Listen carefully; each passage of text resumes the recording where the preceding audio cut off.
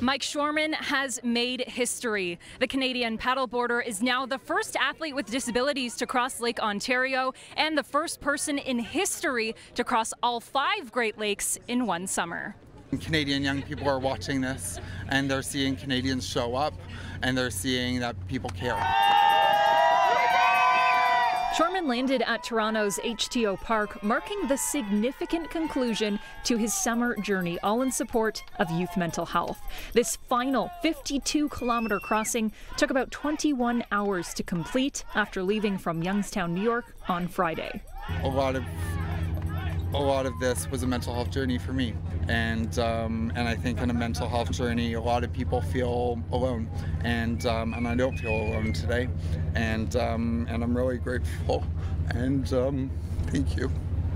Shoreman was an avid paddleboarder when he was suddenly diagnosed with the neurological condition Ramsay-Hunt syndrome in 2018. He lost his mobility, the right side of his face became paralyzed, and he dealt with serious vision, speech, and hearing problems. But his passions kept him motivated. He retrained his brain to walk and paddleboard again, now working with Jack.org to raise funds for youth mental health projects.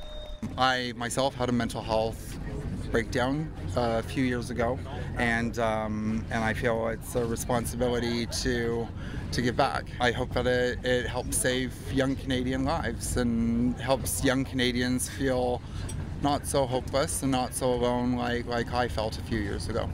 He began May 29th, crossing Lake Erie in 7 hours, then completed a 28-hour crossing of Lake Huron on June 13th. On July 5th, he crossed Lake Superior and made the trip across Lake Michigan on July 27th, all of which made history. Even Hurricane Hazel was on hand to congratulate Shoreman as he arrived in Toronto.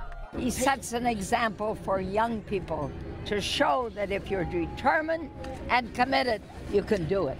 Organizers at Jack.org say Shoreman's fundraising will help thousands of children across Canada. This will be going to our mental health programs for young people. That includes chapters across the country. It includes summits across the country where young people come together to speak about mental health. He says the goal of this historic project is to challenge stereotypes and prove people with disabilities can do absolutely anything they set their mind to. Now, he's also very passionate about youth mental health projects. He's working alongside Jack.org and has raised over $60,000 for mental health services right across Canada. Reporting from HTO Park in Toronto, I'm Leah Johansen, City News.